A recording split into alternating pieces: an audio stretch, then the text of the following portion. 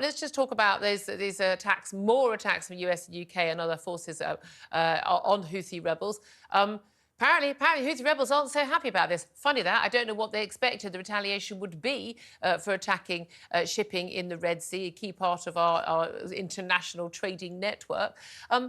How long does this continue, though? Because clearly this is not actually putting off the Houthi rebels from continuing their attacks. We know they are funded and supported by Iran.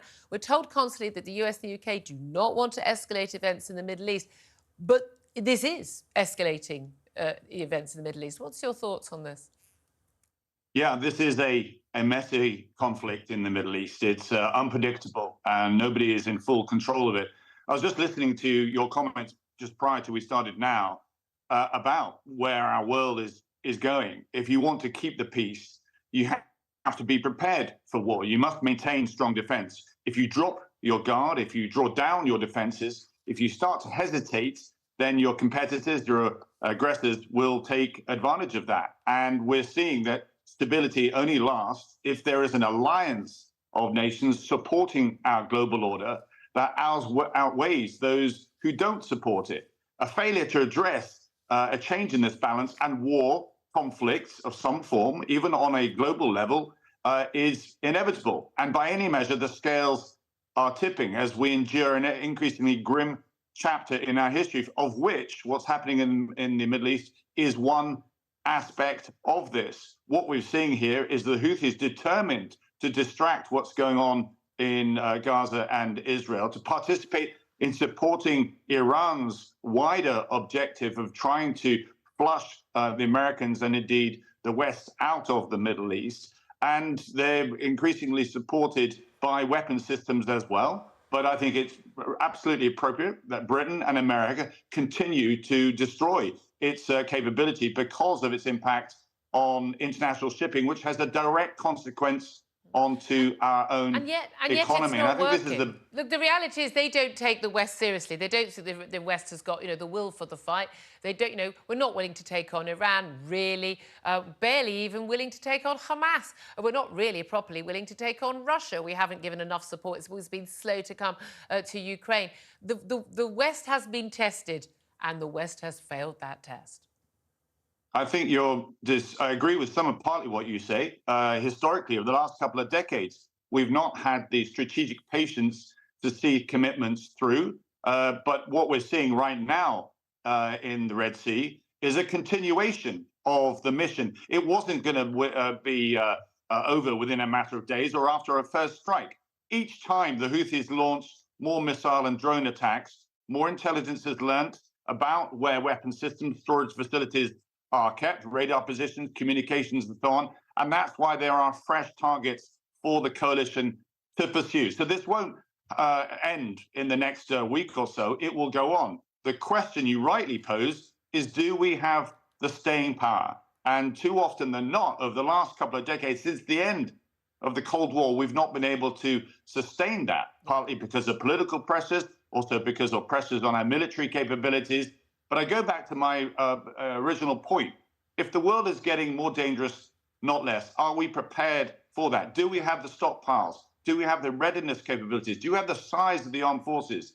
These are the big questions now that Britain needs to address. Yeah, and we know the answers. We've known for quite some time, but this News Defence Select Committee report, as they used to be the chair of this committee, is very, very clear. We simply don't, and particularly the army, we don't have the manpower. We're losing people who've been in the army for years. We can't recruit enough people. We don't have the artillery. I mean, I remember just a few weeks into the Ukraine war saying, well, we would have run out of ammunition by that point. We are not geared up for this. Look, we're obviously not going to go into a sort of a war-style economy, and that would be a different level. But the reality is, again, we've talked about this so many times on the show, you need to show the willingness to and the ability to go to war in order to prevent a war. It's not warmongering. It's literally the opposite of warmongering. It prevents a war by making it clear. We will not stand idly by. But we're not doing that. We've had warning after warning from leading military figures, from the former Defence Secretary Ben Wallace and many others. It doesn't appear that politicians are paying any attention. We're told there might be some more money in the March budget for defence, but again, it's barely going to touch the sides. And you and I both know when it comes to procurement, our civil servants are I mean, beyond awful at procuring the sort of munitions and equipment that we need and actually getting it on time and for a good price. We know that. This has got to be taken out of their hands. But I am genuinely concerned. We are living in a very dangerous world. What's going on in the Middle East, the threat from Russia, the threat from China. And we are blithely sleepwalking into it while people shout warmonger at people like you and me. Well, we're going to sleepwalk into this, and we are going to see an inevitable conflict and us being dragged into it when we're not actually able to defend ourselves. Yes, there's absolutely a 1937 to the feel of the world right now as errant nations start to rearm, alliances start to form, dangerous alliances, particularly between China, Russia, and Iran. And the penny is now only beginning to drop. But that's simply because our economy is being affected. The British people need to get behind this. That's the important messaging. Until that happens, I don't suspect the politicians will move that much, despite how much you and I speak about these matters. You spoke about a war footing.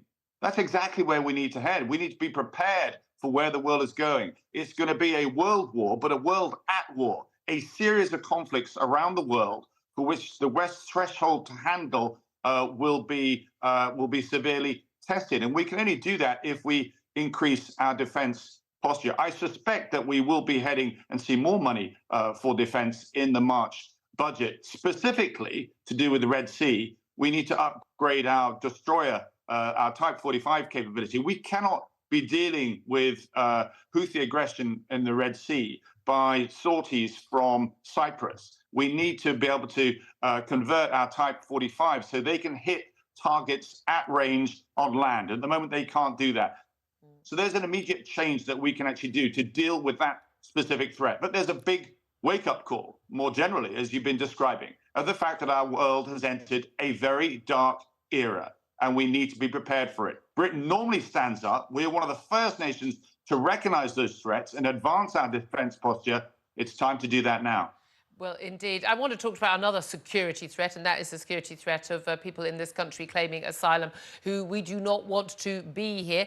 We've had the extraordinary story of Abdul Azidi, the Clapham chemical attacker, still on the run on his fifth day of being on the run, granted asylum on his third attempt, despite having conviction for sexual assault and despite failing the first two times. And oh, what a surprise, after he converted to Christianity, he was allowed to stay. Now we discover that 40 asylum seekers on the Bibi Stockholm barge, 1 in 7 of the 300 being held there, are currently converting to Christianity. And everyone apparently is going, yeah, absolutely, this is happening. We've got 2 former Home Secretaries saying this is happening on a grand scale. Either incredibly gullible members of the Church of England or frankly, people in cahoots with what is basically criminal deception to gain the right to stay in this country. You yourself, MP for Bournemouth, you had an Afghan asylum seeker found guilty of murdering someone, a stranger in your constituency, who again, murder conviction back in their home country, back in Serbia, sorry, criminal record for drugs in Italy,